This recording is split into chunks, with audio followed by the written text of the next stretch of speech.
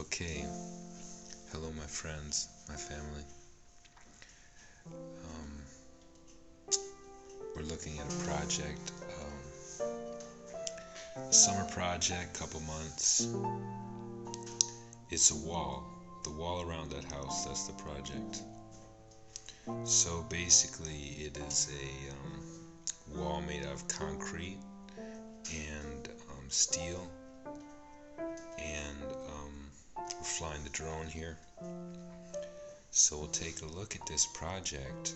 Of course, the meaning of life is to have a warm heart and to express that warm feeling sincerely to your children, to your family, at work, to your boss, etc. To care for other people's happiness, right? So I wanted to, make that heart here, particularly in Austria, being a child of a wartime person, my father, that hey, no, the opposite of all that war, there's wars, is kind heart. Of course there's conflicts, and that's why often we need distance and respect. So like we learn in kindergarten that when two children don't get along well, they should go to their corners, right? And now even countries could really learn from that, so that two countries that have really different beliefs could at least say that we will have some distance and respect, of sovereignty. So that's really what a wall is. Walls are everywhere. Your cells have walls, right? The earth has a magnetosphere. A wall is really just a chance to isolate to some degree some space, and then within that isolation you can make your own rules. For example, I'm not Islamic, but I believe that in their churches they have this idea that there shouldn't be any icons or any images, right, of God or whatever. So they make walls, and in there they should be allowed, right, to do their thing, right? Catholics, they have churches, and they make their walls around their churches. But every of the 5 world religions, they all do these monasteries and churches and make walls around them. But universities, same thing.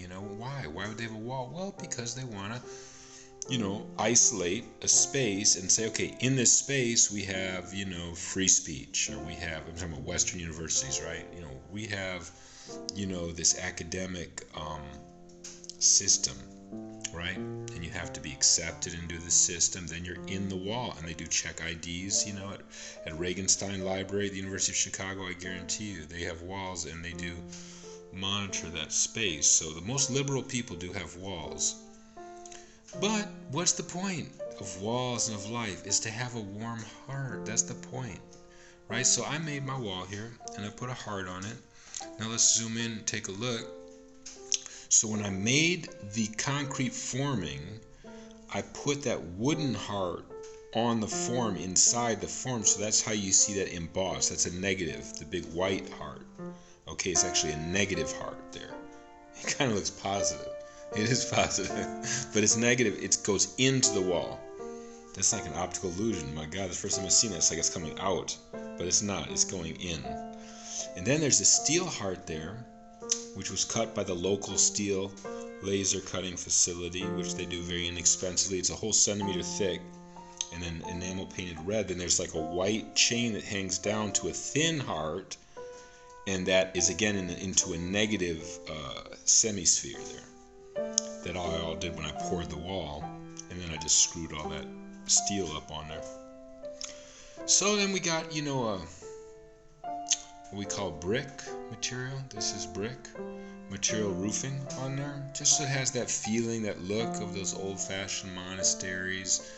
Mexico has a lot of this kind of a feeling. I really like it. Something warm. I feel a warm feeling when I see a white wall like that with that plaster. I guess call it in English.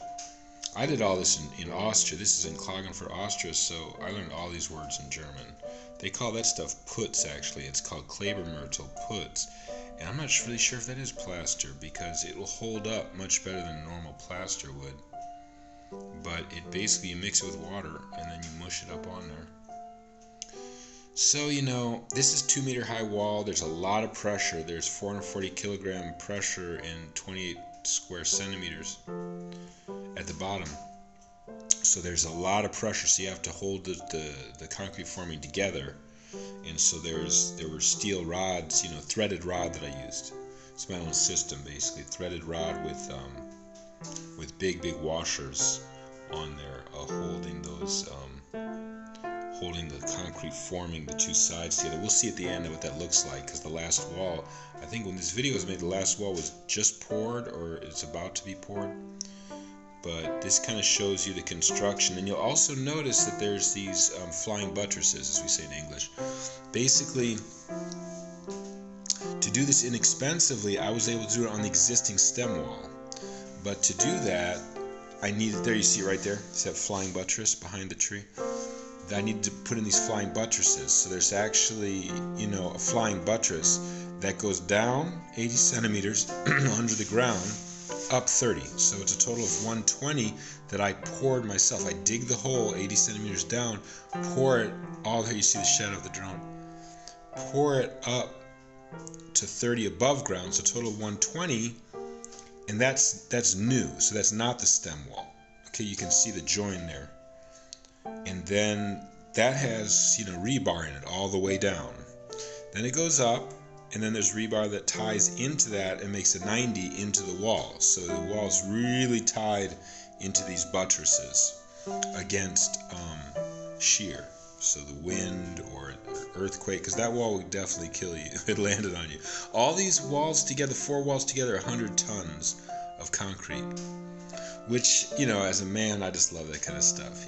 Men love these heavy things, big things, fast things, so I love that 100 tons. And it really feels like, a fortress, which is cool. Just letting your inner child, if you ever like to play castle or whatever, it's like a castle. And I am going to make a walkway for my daughter up there on top of the flying buttresses from one to the next. They're 10 meters apart, make a walkway so they can walk and defend the territory, when I'm too old to do it myself. Right now I'll defend it. I'm joking. So, but it's cool. So the idea, the philosophy here is distance and respect, but what is the goal is a warm heart, because I have to live in this mind, you know what I mean? Every night you have to live in your mind. You sleep for 9 hours. What kind of mind is it, Well, we would like it to be a nice place to live. Well, how is it going to be nice if I'm filled with sort of aggression or anger or stuff? It has to be, my inner experience needs to be peaceful for me to be at peace. And so that's why I really focus on that. Am warm, to be warm, to feel warm, and just keep it going as best as I can. Of course, it's always a challenge. So there we see more of the flying buttresses every 10 meters. I was having trouble with my drone. I gotta get it fixed up. It's not, I'm a little bit out of practice. That's one thing. I haven't flown a little bit, but also it was misbehaving a little bit. But we can see what's going on here. You can see the yellow from the material I'm using, which is a plywood, a 3-ply plywood, 50 centimeter by 2 meter pieces. You can also see that in the wall, and you see the holes. So the holes are actually, I use little bits of plastic tubing as my spacer, and also to allow me to reuse that threaded rod that's going through that hole and that's holding the two pieces together, so that the concrete doesn't just come out in the street. You know what I'm saying? And there's a huge risk. There's a lot of stress really for me, because I'm not a professional with this kind of a thing. And the fact is that if it starts coming out, it will not stop coming out. I've seen that before in other projects I've done. And if it starts coming out, you're done, because you will not close that. It's so much pressure. There's nothing you can do to close it. If there's any sort of gap opens up, it will empty the whole, mass of it, almost all of it, not every last drop, but most of it, and that will go in the street into the sewer system, and I'll be, of course, responsible for cleaning it all. And even if I get through all that cleanup, then what, am I supposed to do it all again? So it really is a situation where you almost cannot afford to make that mistake, because it would just be the end of the project, I think, emotionally. Who could even live through that, of actually then building the form again, pouring it again, and hoping that it doesn't come out again into the street after you've cleaned it up for a month and paid how much money. So actually the whole thing's not that expensive. I think all of the concrete together is 3,500 euros about for all the concrete. Concrete only costs about 70 euros per cubic meter, and cubic meter is a lot. So there you see more of that, and I'm just starting to do it white on the inside. Of course, I just thought, okay, I'm gonna do white on the outside. Okay, there we see the material, how it looks when you're before you do. There's the roofing material also. Before you pour the concrete, actually it looks like the concrete was already poured in that wall, but you see the forming. So there's those 2 meter by 50 centimeter pieces, and then you see those pieces of wood going up and down, because there's another problem, which is even if you have that threaded rod in there, it can tip one way or the other. Even threaded rod is right in the middle, it can tip. And now it's a really interesting project in terms of project management, because you start with this material which you hope is enough for your biggest, thickest wall. Then you do your next wall, which is hopefully smaller, thinner, or at least smaller, and because you keep cutting pieces for exceptional situations, and you don't want to be trying to do this with a bunch of small pieces of wood. You want these 2 meter pieces as much as you can, so things stay normative. Another thing you'll notice is that this is a 2 meter high wall, so there's 4 layers. So the bottom layer has every hole just 25 centimeters apart, because it's such a high pressure. And the next layer up 35 centimeters apart, and then the remaining 2 45 centimeters apart. But that kind of normative plan, you can kind of see it there. See, they're wider apart on top and then closer together. That whole normative plan starts to fall apart as you reuse your materials, lose materials. Materials are compromised, and you don't want to just keep buying. So I actually didn't have to buy anything. I just really did this project so that I could work through all 4 walls with the same materials. But as you can see, it gets less and less normative. I don't know if you can see there, but there's some smaller pieces there that are not 2 meter pieces, where you would want it for efficiency use just 2 meter pieces. Yeah, that's filled with concrete. So then that angle at the top is interesting. What I do after it's poured, I pull it up just by hand on a certain angle and then measure it as much as I can. In this case, it actually wasn't enough, so I pulled it up. I got a little bit of that angle, but if you can see, it's really not filled. So I had to mix up, you keep a concrete mixer that I used to do those flying buttresses, the stem wall portion of the flying buttress. Now there's a flying buttress there, so you see what the form looks like. That's interesting too. But I'm losing track here. So basically, after you pour it, then I'd use about let's say, I think this particular wall took 4, 5, maybe 40 kilogram bags of concrete, hand mixed, poured up there just to get that angle just right up to the top. Because when you get that concrete truck coming, it's such a high pressure situation, and there's such a mass of material coming in. Now we're zooming up, you can just kind of see the layout real nice. And I am going to close these doors later. I'll start by making a what do we call it in English? I forgot what we call it. But make a span that goes across the entrance, in concrete with rebar.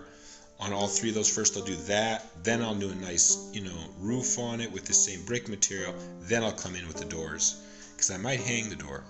Not just hang it on hinges. I might hang it like on wheels. So we'll see. But at any rate, there's that form for that flying buttress. Kind of see how I did it. So when you're filling it up, that last piece has to be open, so there's no air bubbles. Let it fill up to that point. Then you cap it, screw it in, filled up the last bit.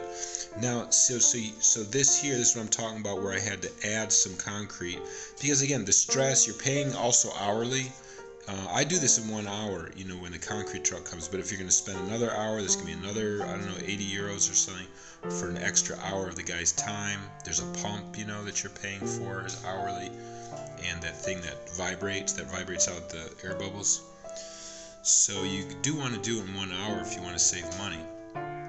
And so yeah, just think about doing just the massive cubic meters of concrete, and then that last angle, if it's not perfect, that's okay, because then you just come back with your hand mixed material and get that angle just right. It's really easy. It's almost like working with clay, if you got a good trowel. Oh, boom, and that's when I smashed my trowel. Oh man, because like I say, it wasn't working quite right. His sensors weren't right, but I didn't smash it. That's it. That's the end of the video. So thank you so much for watching. Have a wonderful, wonderful day.